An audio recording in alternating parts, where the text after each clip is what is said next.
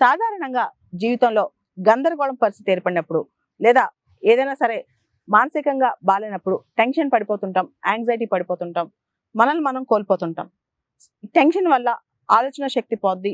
అదేవిధంగా మానసికంగా ఆందోళన మొదలవుతుంది.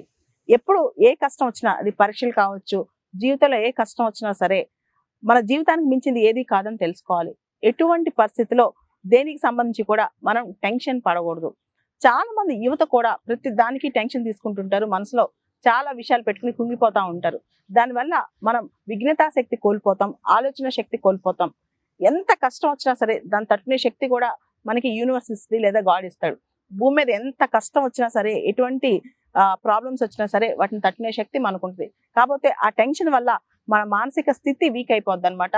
శరీరం కూడా వీక్ అయిపోద్ది. ఎక్కువ టెన్షన్ పడితే ఆరోగ్యం కూడా పాడైపోద్ది అనమాట.